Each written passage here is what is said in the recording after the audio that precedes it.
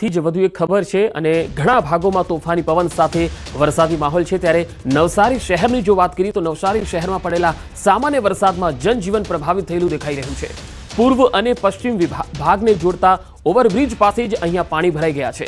110 કરોડ રૂપિયાના ખર્ચે માર્ગ અને મકાન વિભાગ દ્વારા તૈયાર કરવામાં આવ્યો હતો ઓવરબ્રિજ। મહાનગરપાલિકા બન્યા બાદ મનપા દ્વારા વધારાના 17 લાખ રૂપિયાનો ખર્ચ કરી પાણી રોકવા માટે દિવાલ ઊભી કરવામાં આવી, છતાંય પ્રી મોન્સૂન એક્ટિવિટીમાં જ આ વરસાદી પાણી ભરાઈ ગયા। રેલવે અંડરપાસમાં પાણી ભરાતા વાહન વ્યવહાર ખોરવાઈ ગયો।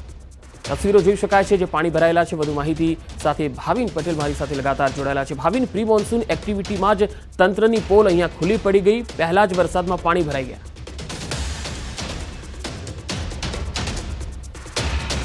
જી ભાવિન, સવારે રીતના તંત્રની જે પોલ છે એ સામે આવતી હોય છે। પ્રી મોન્સૂનની કામગીરી માત્ર કાગળો પર થતી હોય એવું લાગી રહ્યું છે। હાલ જે વરસાદ પડ્યો છે એના કારણે દ્રશ્યો જોઈ શકો છો કે કઈ રીતના જે પૂર્વ અને પશ્ચિમ ભાગને જોડતો જે રેલવે ઓવરબ્રિજ છે એ રેલવે ઓવરબ્રિજમાં પણ પાણી સામાન્ય વરસાદમાં ભરાય છે। 110 કરોડ રૂપિયાનો ખર્ચ પાણીમાં ગયો એવા હાલ દ્રશ્ય સામે આવ્યા છે। બીજું કે પાણી મહાનગરપાલિકા બન્યા બાદ જે મનપા દ્વારા વધારે 17 લાખ રૂપિયાનો ખર્ચો કરીને પાણી રોકવા માટે દિવાલ ઊભી કરવામાં આવી હતી, પરંતુ પંકજ એ પણ 17 લાખ રૂપિયા હાલ પાણીમાં જતા રહ્યા એવું લાગે છે અને લોકોને હાલાકી જે છે પહેલા હતી એ જ અત્યારે પણ હાલાકી ભોગવવાનો વારો આવી રહ્યો છે।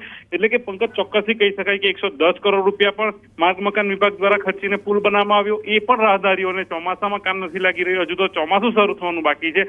ચોમાસાની શરૂઆત થશે ત્યારે આ બ્રિજ ઉપયોગમાં નહીં લેવાશે જો આ પરિસ્થિતિ રહેશે તો। બીજી બાજુ જે અંડરપાસ છે ત્યાં પણ પાણીનો ભરાવો થતો હોય છે। એટલે કે જો અંડરપાસમાં પણ પાણી ભરાશે અને જો આ પુલ પછી જે વાહન ચાલકો નીચે ઉતરે છે ત્યારે જે પેસેજ જે છે ત્યાં દિવાલ જે બનાવી છે ત્યાં પણ પાણી જે ભરાતું હોય છે, ત્યાં પણ જો પાણી ભરાયેલું રહેશે તો વાહન ચાલકોના ચક્રાઓ જે 15 થી 20 કિલોમીટરો છે એ લેવાનું આવી શકે એવી પરિસ્થિતિ હાલ પંકજ છે। જી ભાવિન, આભાર માહિતી આપવા માટે। અને હવે તાપીથી એક મહત્વપૂર્ણ ખબર આવી રહી છે। તાપી જિલ્લાના વાતાવરણમાં પલટો આવ્યો છે। સોનગઢ, વ્યારા, વાલોડ સહિતના વિસ્તારોમાં વરસાદી ઝાપટા શરૂ થયા। વરસાદને કારણે વાતાવરણમાં ઠંડક ફેલાઈ છે। લોકોને ભારે ગરમી અને ઉકળાટથી રાહત મળી છે। ઉનાળુ ડાંગર પકવતા ખેડૂતોને માથે સંકટ તોડાઈ રહ્યું છે। હાલ ઉનાળુ ડાંગરનો પાક ખેતરોમાં તૈયાર છે, ત્યારે વરસાદને કારણે ખેડૂતો ચિંતામાં મુકાઈ ગયા છે।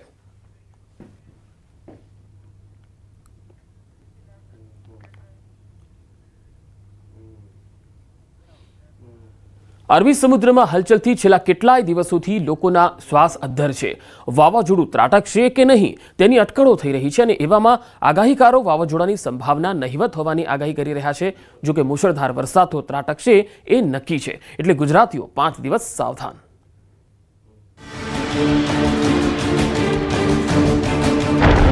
વાવાઝોડાની આફત ટળી।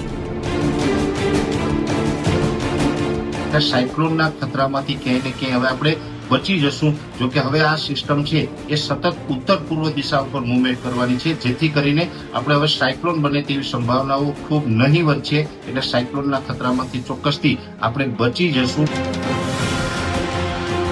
મુશળધારનો ખતરો યથાવત। એટલે ગુજરાત અને મહારાષ્ટ્ર બંને રાજ્યોની અંદર મુશળધાર વરસાદોની શક્યતાઓ છે। મુશળધાર આફતના મળી રહ્યા છે એંધાણ।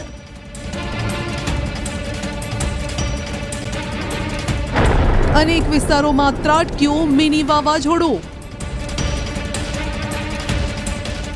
વૃક્ષો ધરાશાયી, કારનો કચ્ચરઘાણ,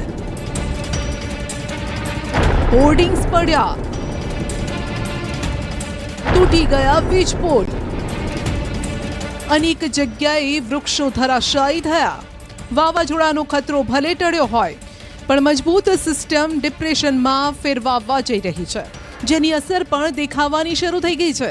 સુરત જિલ્લામાં કેટલી જગ્યાએ મિની વાવાઝોડું ફૂંકાયું, કેટલી જગ્યાએ વૃક્ષો અને વીજપોલ તૂટેલા જોવા મળ્યા।